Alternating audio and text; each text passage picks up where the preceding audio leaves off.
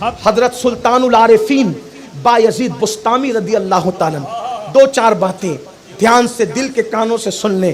اللہ کے ڈرنے والے، اللہ سے ڈرنے والے بندے کیسے تھے؟ سلطان العارفین بایزید بسطامی، آپ کو خون کا پیشاب ہوتا تھا، آپ کے پیشاب کے رستے سے خون نکلتا تھا۔ مریدین کو پتہ چل گیا، مریدوں نے کہا سرکار علاج کرائیں اچھے حکیم سے، آپ کے خون سے پیشاب نکل رہا ہے۔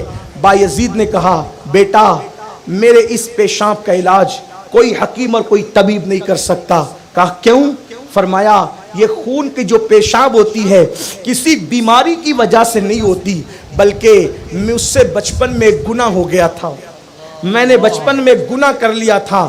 جب یاد آتا ہے کہ قیامت کے دن اللہ جب اس گناہ کے بارے میں مجھ سے پوچھے گا تو میں اللہ کو جواب کیا دوں گا، تو اللہ کے خوف کی وجہ سے میرا جگر پگھلنے لگتا ہے اور پگھل کر کے پیشاب کے رستے سے بہتا ہے۔ تو تم کو لگتا ہے کہ خون کا پیشاب ہو رہا ہے، وہ خون کا پیشاب نہیں ہوتا، اللہ کی بارگاہ میں کھڑے ہونے کے خوف کی وجہ سے جو میرا جگر پگھلتا ہے وہ جگر پیشاب کے رستے سے بہتا ہے، اس لیے تم سمجھتے ہو کہ خون کا پیشاب ہو رہا ہے، وہ جگر کا بہنا ہے۔ خدا کے خوف کی وجہ سے ایک گناہ نہ کردہ، وہ جس کو گناہ کہہ رہے وہ گناہ ہے ہی نہیں، لیکن اس کے باوجود بھی ان کو اللہ کی بارگاہ میں کھڑے ہونے کا یہ خیال ہے۔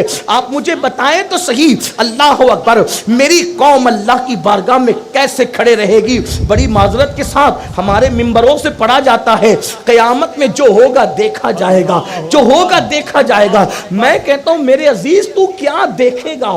قیامت کا منظر تمہیں یاد ہے؟ تمہیں پتا ہے؟ اگر نہیں ہے تو ایک اشارہ قرآن کی روشنی میں دے دوں۔